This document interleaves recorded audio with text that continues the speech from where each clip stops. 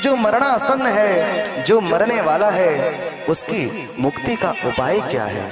जो 7 दिनों में मरने वाला हो, उसकी मुक्ति का उपाय क्या है? सुनकर सुखदेव जी महाराज इतने गदगदित हो गए कि कहते हैं कि वो मंगलाचरण करना ही भूल गए। क्योंकि महाराज परीक्षित ने यह जो प्रश्न किया था, शायद ही इससे श्रेष्ठ प्रश्न इस संसार में कोई हो। जो 7 दिनों में मरने वाला हो, उसकी मुक्ति का उपाय क्या? और देखो कितनी कमाल की बात है, हमारे पास भी तो 7 ही दिन होते हैं।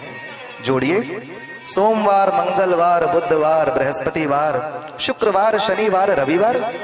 कोई 8वां दिन भी होता है क्या? भगवान ने 7 वार बनाए हैं। अर्थात जो महाराज परीक्षित ने प्रश्न किया था, वो स्वयं के लिए नहीं, वो हम सबके लिए किया था कि 7 दिनों में जो मरने वाला हो, उसकी मुक्ति का उपाय क्या?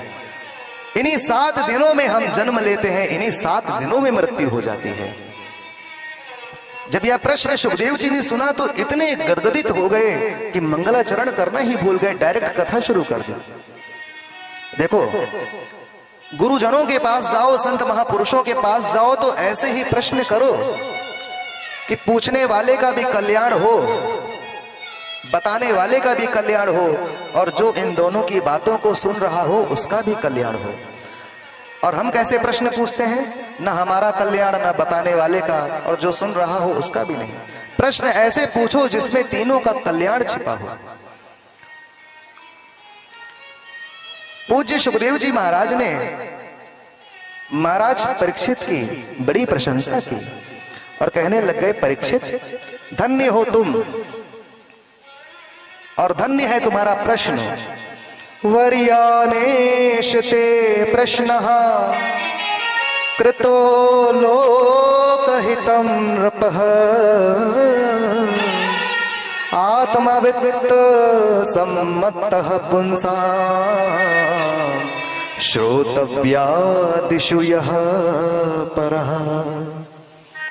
कृतो लोकहितं नृपः, यह प्रश्न समस्त लोगों को तार देगा। ना जाने इस प्रश्न के सहारे भविष्य में आने वाले जन जन इस उत्तर को सुन करके इस प्रश्न के सहारे लोग भगवत प्राप्ति कर लेंगे। धन्य है तुम्हारा प्रश्न और धन्य हो तुम। कहते हैं सुखदेव जी, राजन ध्यान से सुनो। सतयुग में लोगों की आयु होती थी 1 लाख वर्ष। जब त्रेता युग आया तो 1 शून्य घट गया और मानव की औसतन आयु हुई 10,000 वर्ष।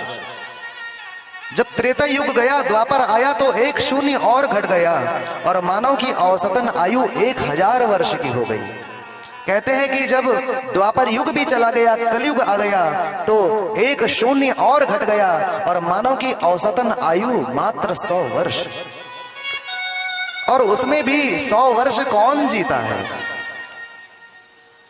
60-70, मुश्किल से 80 पहुंच जाए तो ढोल नगाड़े के साथ विदाई हो जाती है। 100 वर्ष कौन पहुंच पाता है? और मान लो पहुंच भी गए तो रोग ग्रसित होकर बड़ी दुर्दशा हो जाती है महाराज। वो तो भगवान की जिन पर बड़ी कृपा होती है, वो भगवान का भजन करते करते शरीर का त्याग कर देते हैं। लेकिन जीव इस संसार में, इस परिवार के मोह माया में फंसकर ना जाने कितनी दुर्दशाओं को भुगतता हुआ शरीर छोड़ता है। सुखदेव जी कहते हैं कि राजन, इतनी कम आयु है इस कलयुग में मानव की, और इतनी कम आयु में भी वो आधा जीवन सोने में व्यतीत कर देता है। जो थोड़ा बहुत जीवन हाथ बचता भी है, उसमें भी परिवार में, स्त्री में, पुत्रों में बर्बाद कर देता है। हाथ कुछ लगता ही नहीं। कहते हैं कि यदि इतने कम समय में मानव को भवसागर पार होना है, भगवत प्राप्ति करनी है, तो एकमात्र एक ही उपाय है कि किसी भी तरह हमारे हृदय में कन्हैया के चरण कमलों की प्रति भक्ति का प्रादुर्भाव हो जाए। किसी भी तरह हमारे हृदय में भगवान की भक्ति का प्रस्फुटन हो जाए, समझ लेना उसी दिन तुम मुक्त हो गए। पूज्य सुखदेव जी कहते हैं कि राजन, कन्हैया के चरण कमलों के प्रति विशुद्ध भक्ति का उदय हो जाना ही मानव के लिए श्रेष्ठ साधन है।